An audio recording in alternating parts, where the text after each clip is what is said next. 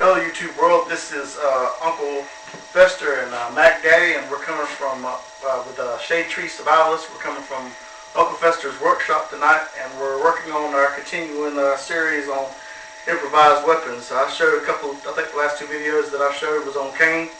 I'm going to do one on flashlight, mini mag, out of California. It's a mag light, AA. You can get them at any store for about 10 bucks. These are completely legal to carry anywhere that you want to carry them. It's a flashlight. They don't think of this as a weapon. But if you know how to use this right here could be a very devastating weapon, I assure you. So I'm going to use my buddy Mac as an uke again, which is Japanese for a dummy. We'll just kind of go over cover the same principles. Anytime that you're using a blunt weapon or you're using an edged weapon, there's three things that I emphasize above everything else, and this is just me personal. Other people just might disagree, you might agree, you might disagree, you might be neutral on it. I believe in precision, I believe in timing, and I believe in body unity. If you have those three things, most of the time, if you get into the fight and you're able to use those three principles, then a lot of times you're going to come out on top of the other guy. One of the things that if me and him are sitting down and we're beginning to get verbal, I'm going to watch his body posture. First thing is, you do not want to focus in on any one part of his body. If you get staring at his eyes and you get focused in on his eyes, he might be doing something with his hands or his knees that you're not paying attention to. If I'm watching his hands, he might be doing something with his eyes that he might be monkey motioning with his eyes to one of his buddies. So what I try to do is I try to keep the whole body, as much as I can, focused on what he's doing, and I'm also trying, in my peripheral vision, I'm trying to make sure what's going on as far as that I can see with this guy. Most of the time, if I feel like there's going to be a confrontation, the first thing I'm going to do is take one little step back. I'm going to put my power hand. If I'm right-handed, I'm going to step and put my right hand in the back. If I'm left-handed, I'm going to put my left hand in. You're going to put your strong side to the rear, because that's going to give you power when you need to attack. In turning my body, what I'm doing, most of your vital spots from your nose to your neck to your solar plexus to your groin or your knees are all to the front. So in turning my body, I'm turning my center line, and I'm taking my center line away from him, and I'm giving him a lot fewer vital areas to attack. And at the same time, I'm setting my strong side up for the attack. When I do attack him, that it's going to be a stronger attack, because I got my strong hand in the rear, and you have a lot more distance between you and that right hand to generate power to hurt him. Excuse me. The second thing that you want to do in this particular situation is whatever weapon that you intend to use, you want to find a way to very nonchalantly put your hand on it. Okay? In this instance, I have put this particular knife right here. So the first thing I'm going to use is a flashlight. I'm sorry. We've been doing knife all night. I thought he was going to jug me. So we sat down and I'm putting the flashlight right here. I just put my hands like this on my sides. I got my hand right there where the flashlight's at. I got my hand on it so that I can get it into action in a hurry. So I'm sitting here and I've got my hand on it. He doesn't know any better. He doesn't know that he's not thinking of that flashlight as a weapon. I'm sitting here. All right, we're going. Whatever we're doing, okay? Now, here's the thing. If he makes a motion towards me that he's going to do something, the first thing that I'm going to do is I'm going to pull my weapon, and I'm keeping it close to my body. I'm not presenting it to him. I'm just pulling it up in a way that it's there and it's ready. I've got it held tight to me. If he tries to get his hands on it, he's not flailing around where he can get a hold to it and take it away from him. Now, here's where we're going to get into precision, timing, and body unity. If I'm going to make a strike with this right here, okay, there's two ways to generate a whole bunch of energy. And that's taking a step forward and throwing it forward. Now, for me, I'm going for the throat. Most of the time, if I'm going to make a strike on somebody, I'm either going to go for the throat or I'm going to go for the groin, if it's a guy. Why? Those are the easiest spots that you get a lot of bang for your buck. Pure and simple. They're weak. There's no way to really make them any stronger. He might be a fat guy, I jig him in the gut. He might just bounce off of it and laugh at me, and the next thing you know, I'm on the floor getting stomped. So I'm here. Now, body unity. I'm going to be stepping forward, and then stepping forward, Mac's got this nice little hollow in his throat right here. That's what I'm aiming for. And as I'm stepping forward, I'm here. Now you say, all right. You can feel it. Now, full motion. Step to one side. Full motion. What that looks like when I'm coming is, okay. I just put my whole body weight, the whole body unity stepping forward, and at the same time I'm just twisting. Boom. Okay. Step back in. That is a very simple, effective move. I don't care how big the guy is. I don't care how strong the guy is. You get hit right here in the esophagus. Okay. There's no way to strengthen that. There's no way to strengthen the muscles either side, yeah, but that, no. You just got him off of it. Just like the kneecap. Okay. Football players, man, they're always going down with kneecaps. The big, strong, hulking guys. As strong as you take out his foundation. The second move that I could do in this situation, let's say that I don't get the chance, that would be me taking the initiative to attack him. Sometimes in situations you have to hit it, that old schoolyard, maximum that okay, let's fight, but you swing first. If somebody tells you that, swing first. They won't see it coming because that's, anytime somebody tells you, all right, let's fight, but you swing first, they ain't looking for a fight. They're looking to stall attack me. Mm-hmm. I've always been the type of person, after I started on martial arts, if somebody looks at me and says, okay, let's fight, you throw the first punch, I'll throw the first punch. They generally, most of the time, they don't see that coming. But let's say that I don't get that chance to throw the first punch. Let's say I don't get to do that. Let's say he's on me before I have a chance to step up. Okay, here again. Most people will come in and will try to grab you. You've seen this kind of a schoolyard technique.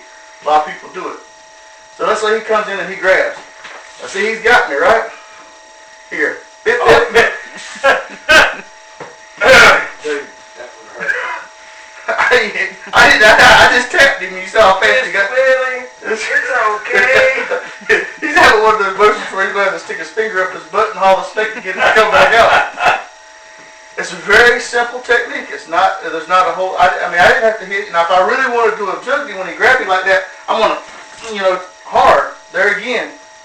When I did it, I just kind of twisted and just jugged. It's just a little tap. You know they frown on the instructors hurting students, right? I didn't hurt you that time, son. What's the purpose of the twist with the cane and the flashlight? The twist. When you twist, you are generating power. If I do this, that hurt, right? Mm-hmm. See how the difference between what happens? This little twist is generating power, just like the twist of your hip is generating power. Tell her about the twist in a punch. If I'm going to throw a punch, closed-fisted punch, okay? Yeah. First of all, so I'm not going to throw it at this hard head because that's going to break my fist. Fists are okay to use if you go low with them. If what you're using with your body part is hard, you want to go soft, to a soft place with it. So if I'm going to throw a punch at him, what I'm going to do is if I'm here and I'm throwing that punch, you see how my wrist is turned over? If I throw that punch, boom. My whole body's twisted right into it. I'm turning at the hips, I'm turning at the wrist. Tell them about how they break boards from an inch away with the twist punch. If you can break boards with the twist punch, or it's not really so much the twist, you're this far. The power is not in the distance traveled. From right here, if I twist over, later on I'll do this with a bag, but I'm right here. I'm not even putting really any power, I'm just doing that slow. The twist of the wrist, the twist of the body. And then when you put the drop into it, I'm here. I'm following that just a little bit away. Excuse me. When I'm here and I twist with the wrist, and I twist with the body, I drop probably 3 or 4 inches. You see what a bigger reaction I got out of him that time when I dropped? You got 3 ways of doing it. You twist, that hurts. Twist, put your body behind it. Twist, put your body behind it, and drop. You do hit. This is what I've heard boxers say. If you hit someone in the face and twist it right at the last second, or on contact, it rips. It rips. That's another good. Because you've got you got so much friction from. But you also have to understand that the boxers they wear those gloves to protect their hands. So. Yeah. But getting back to the flashlight, okay? Let's work off of this. Let's say he grabs me. Okay, I don't want him to grab me. Okay, I believe you. That's a very simple technique. It's like, let go of me. And if I was going to follow up with that and go here, I'm going to go bam, bip. To do that in slow motion so you see what I'm doing, I just hit him. I'm hitting him right here on this, right in between these two. There's a pressure point right here. I'm hitting him right there. He's thinking, ow! And then most of the time when you do that, they're going to say, ow! Just like, see how you did that when I did that? That gives me the bridge of the nose. Bam.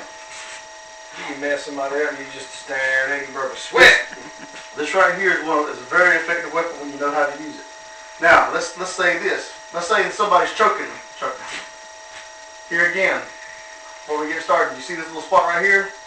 That's a target. That says hit me. So this guy's choking me. Ugh. I felt that on the back of my neck. I'd have tensed your butt up. You know, I didn't even, I could have, if I would have stepped forward with that, if you, to do the technique for real, if you're really doing it for real. Slowly here. Very slowly. I'm just stepping forward. I'll let go and get the hell away. So, there's that. I mean, it's very simple. Here again, let's say we're to the point where maybe we're trying to, he throws a haymaker with his hand. Okay, I'm blocking. This is how you block. I mean, I know some of you see this karate stuff like that. I'm here, I'm blocking. Alright, when I block, he just gave me this right here. Major nerve center. Don't do it for real. It ain't as bad as it is. You don't have to massage me, dear. I want to show something. You see that little line right there? There's a major blood vessel that comes down through there.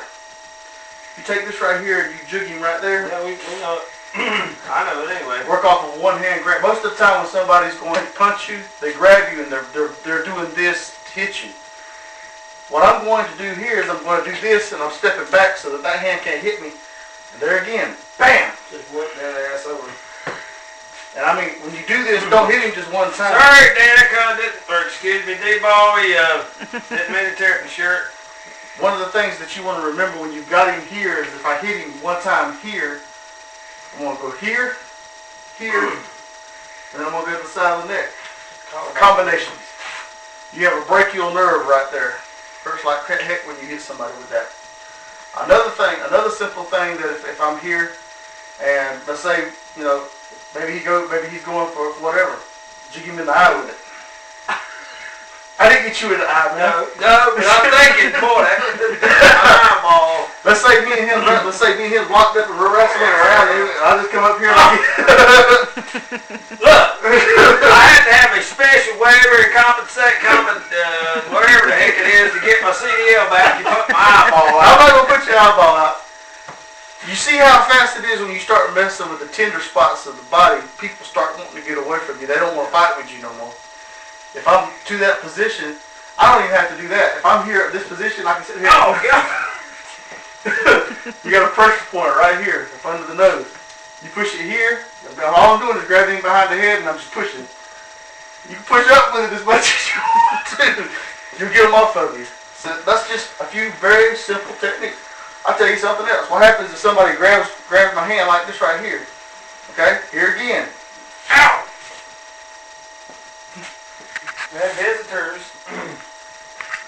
So anyway, very simple techniques. Not a whole lot behind it.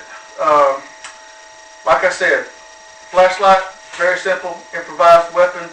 Carry it anywhere you want to. This is Uncle Fester with Mac Daddy. I hope I didn't beat him up too bad. With Shade Tree Survivalist, signing off.